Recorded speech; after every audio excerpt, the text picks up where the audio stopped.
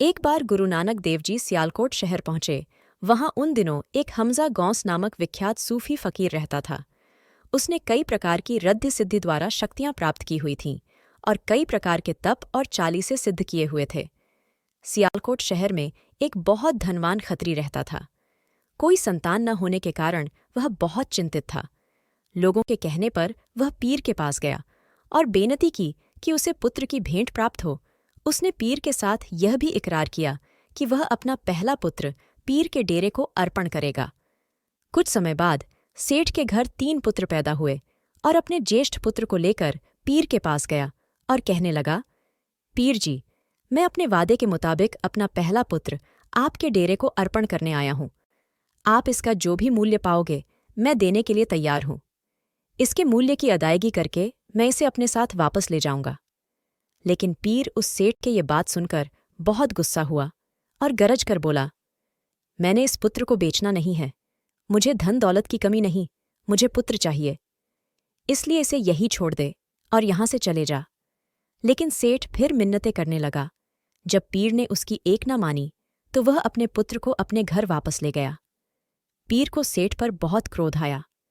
वह अपने शिष्यों को कहने लगा, मैं 40 दिन का चालीसा करूंगा और जिस शहर में ये सेठ बस रहा है उस शहर को जलाकर भस्म कर दूंगा। वह एक गुंबदनुमा कमरे के अंदर चला गया और अपने शिष्यों को चेतावनी दी कि चाहे कोई भी आए मुझे नहीं बुलाना और न ही मेरा द्वार खटखटाना, और शहर की ओर मुंह करके घोर तपस्या करने लगा। जब शहर में ये खबर पहुंची तो लोग बहुत भयभीत हुए और इकट्ठे होकर पीर के पास आए।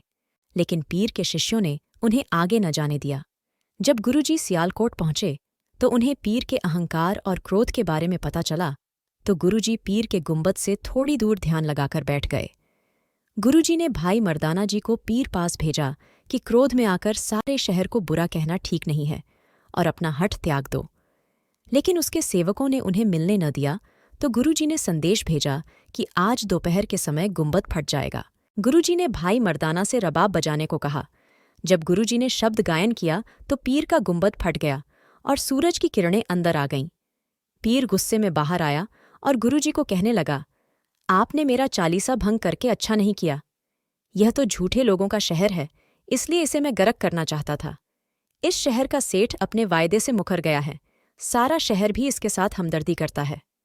गुरुजी ने कहा, हम सारे मसले की जांच कर लेते हैं। गुरुजी ने भाई मर्दाना को कहा, बाजार से 1 टके का झूठ और 1 टके का सच खरीद कर लाओ। प्रत्येक दुकानदार भाई मर्दाना जी को नासमझ समझकर आगे भेज देता। अंत में भाई मर्दाना जी एक खत्री मूलचंद की दुकान पर गए।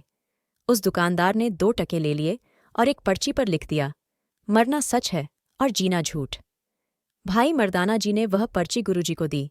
गुरुजी ने वह पर्ची पीर को दिखाई और कहा कि इस शहर में सच्चे लोग भी हैं, इसलिए शहर को गरक करना ठीक नहीं है। यह देखकर पीर का सारा गुस्सा जाता रहा। शहर के लोग भी पीर को खुश देखकर बेफिक्र होकर अपने अपने घर चले गए। गुरुजी ने पीर को समझाया, खुदा बेअंत है, उसके आगे शहर को गरक करने की प्रार्थना करनी किसी को भी शोभा नहीं देती। आप तो धार्मिक इंसान हैं। पीरों फकीरों का काम है परमात्मा की रजा में रहना और सरबत का भला मांगना। अगर वीडियो पसंद आई तो कृपया इसे लाइक, शेयर और सब्सक्राइब करें।